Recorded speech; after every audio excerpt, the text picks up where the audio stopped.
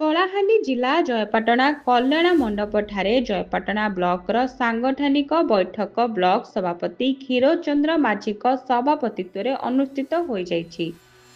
ଏଥିରେ ନାଟ୍ୟଭୂଷଣ ତଥା ଜିଲ୍ଲା ସଭାପତି ପ୍ରଦୀପ ଧଙ୍ଗଡ଼ା ମାଝୀ ମୁଖ୍ୟ ଅତିଥି ଭାବେ ଯୋଗଦାନ କରିଥିବା ବେଳେ ଘୁମୁରା ଗୁରୁ ତଥା ଜିଲ୍ଲା ସମ୍ପାଦକ ତୀର୍ଥରାଜ ସ୍ଥଳପତି ମୁଖ୍ୟ ବକ୍ତା, ସମ୍ମାନନୀୟ ଅତିଥି ଭାବେ ଜିଲ୍ଲା ଉପସଭାପତି ମହେଶ୍ୱର ସରାଫ, ପ୍ରଶାନ୍ତ ପର୍ଯ୍ୟୋଶୀ, ଜୋନ୍ ସଭାପତି ଉପେନ୍ଦ୍ର ତେଣ୍ଡକାରୀ, ସମ୍ପାଦକ ଲକ୍ଷ୍ମଣ ନାୟକ, କୋଷାଧ୍ୟକ୍ଷ ବିଜୟ ପ୍ରଧାନୀ, କୋକସରା ବ୍ଲକ ସଭାପତି ଡମ୍ବରୁଧର ଖର୍ସେଲ, ଜୟପାଟଣାର ବରିଷ୍ଠ କଳାକାର ଶ୍ରୀନିବାସ ବେହେରା, ଲବ ଦଳପତି ପ୍ରମୁଖ ଯୋଗ ଦେଇଥିଲେ।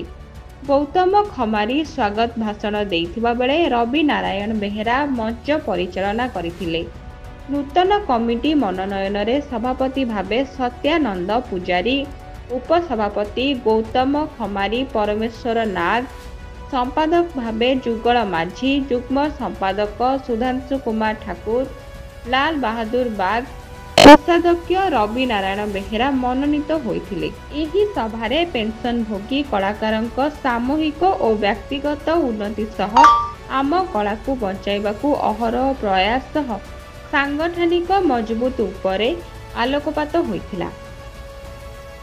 ଦଳପତି ତୀର୍ଥରାଜ ଦଳପତି ଆମର ସାଧାରଣ ସମ୍ପାଦକ କଳାହାଣ୍ଡି ଜିଲ୍ଲା ପେନସନଭୋଗୀ ମହାସଂଘ, ଯେହେତୁ ଆମର କଳାହାଣ୍ଡି କଳାକାର ମହାସଂଘ 2018 ମସିହାରେ ଆମର ସଭାପତି ପ୍ରଦୀପ ଧଙ୍ଗଡ଼ା ମାଝୀଙ୍କର ନେତୃତ୍ୱରେ ତାଙ୍କର ଆହ୍ୱାନରେ କଳାହାଣ୍ଡି ଜିଲ୍ଲା ଶହ କଳାକାର ଭବାନୀପାଟଣାରେ ଉପସ୍ଥିତ ହୋଇଥିଲେ ଏବଂ ସେନେ କଳାହାଣ୍ଡି କଳାକାର ପେନସନଭୋଗୀ ମହାସଂଘ ଗଠନ ହେଲା।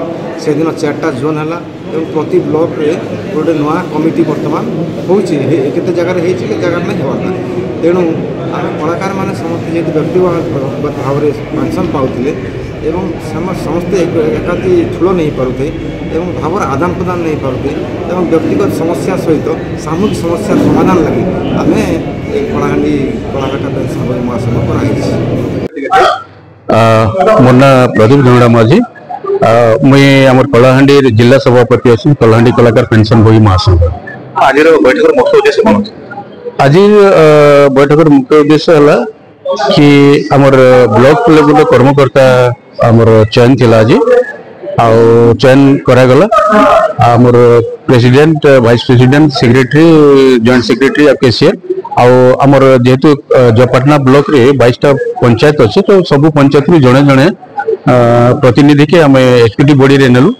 ଆଉ ଆମର ଜୟପାଟଣା ବ୍ଲକର 22ଟା ପଞ୍ଚାୟତରୁ ବୟୋଜ୍ୟେଷ୍ଠ ଗୁରୁଜନ ମାନକେ ସେମାନଙ୍କୁ ଏଡଭାଇଜରୀ କମିଟିରେ ରଖାଗଲା।